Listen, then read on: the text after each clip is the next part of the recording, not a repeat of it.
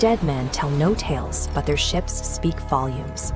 Welcome to the Cursed Compass, where we explore the darkest maritime mysteries.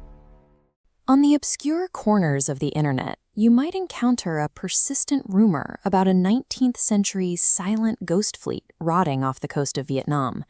There is zero historical record of a phantom fleet in the South China Sea during the 1800s.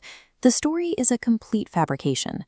The coordinates for the actual ghost fleet sit roughly 8,000 miles away, on the left bank of the Potomac River in Charles County, Maryland. This is Mallows Bay.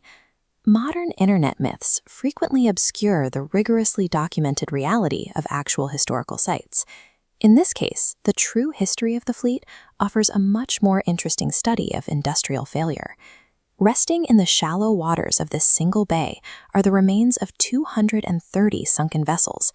The vast majority of these ships were commissioned by the United States Shipping Board Merchant Fleet Corporation.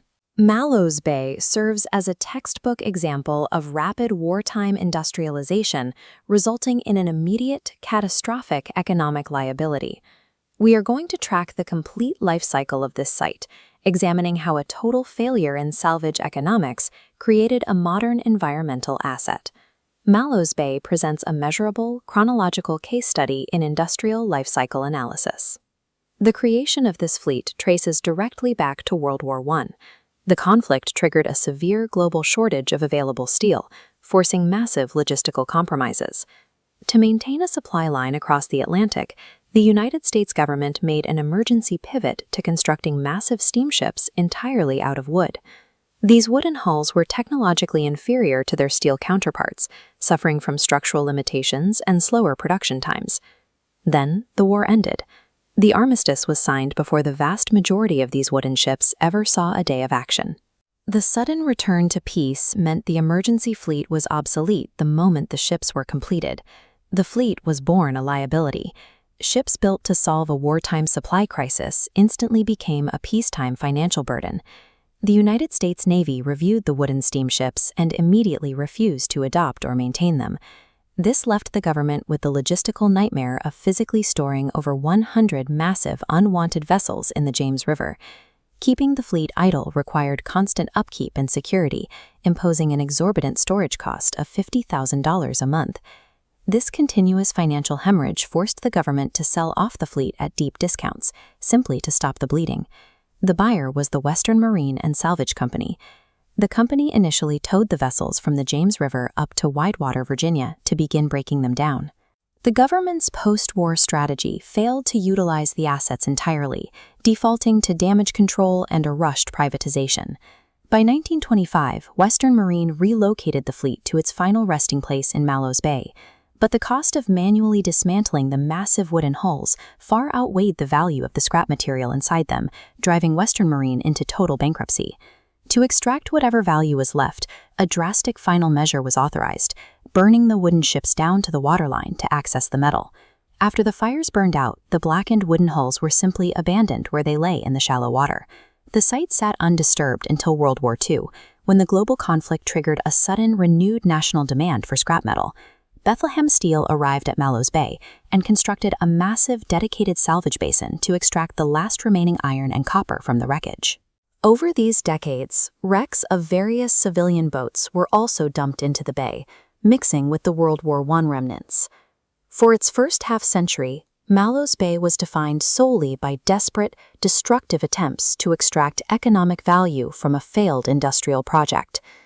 Following the total abandonment of the Bethlehem Steel salvage basin, the site entered a long period of isolation. In marine ecology, an artificial reef system occurs when man-made underwater structures provide solid surfaces for marine life to attach to and inhabit.